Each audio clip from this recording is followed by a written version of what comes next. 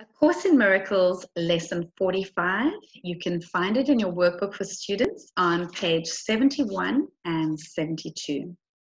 The core lesson for today is this: God is the mind in which I think. God is the mind in which I think. Today's idea holds the key to what your real thoughts are. They are nothing that you think, just as nothing that you think you see is related to vision in any way. There is no relationship between what is real and what you think is real.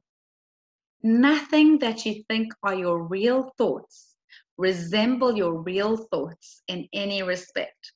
Nothing that you think you see bears any resemblance to what vision will show you. You think with the mind of God.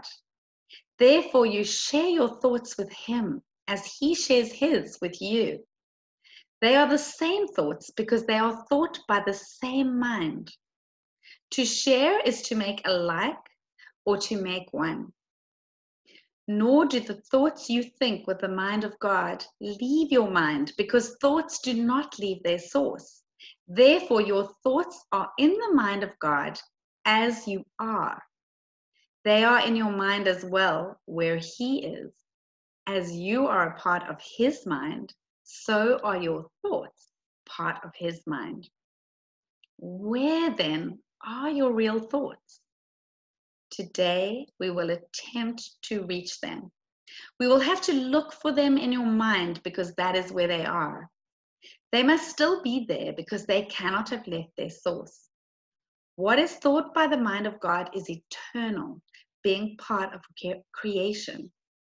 Our 3 5-minute practice periods for today will make the same general form that we used in applying yesterday's idea. We will attempt to leave the unreal and seek for the real. We will deny the world in favor of truth. We will not let the thoughts of the world hold us back. We will not let the beliefs of the world tell us what God would have us do is impossible. Instead, we will try to recognize that only what God would have us do is possible. We will also try to understand that only what God would have us do is what we want to do. And we will also try to remember that we cannot fail in doing what He would have us do. There is every reason to feel confident that we will succeed today. It is the will of God. Begin the exercises for today by repeating the idea to yourself, closing your eyes as you do so. Then spend a fairly short period in thinking a few relevant thoughts of your own, keeping the idea in mind. After you've added some 4 or 5 thoughts of your own to the idea, repeat it again and tell yourself gently, my real thoughts are in my mind. I would like to find them. Then try to go past all the unreal thoughts that cover the truth in your mind and reach to the eternal.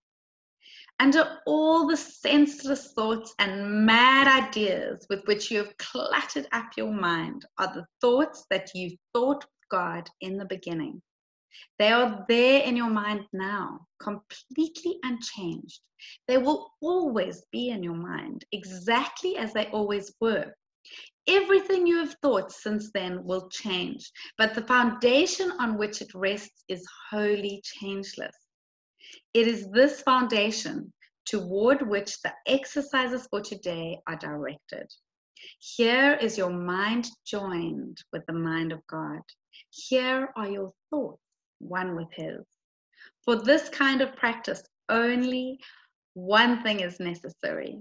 Approach it as you would an altar, dedicated in heaven to God the Father and to God the Son. For such is the place you are trying to reach.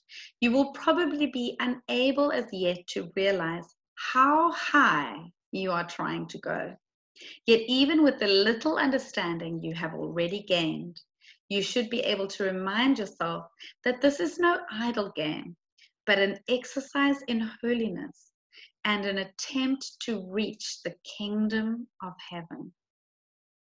In the shorter exercise periods for today, try to remember how important it is to you to understand the holiness of the mind that thinks with God.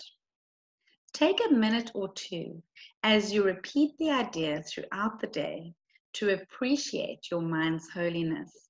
Stand aside, however briefly, from all thoughts that are unworthy of Him whose host you are, and thank Him for the thoughts He is thinking with you. So the core lesson for today is God is the mind with which I think.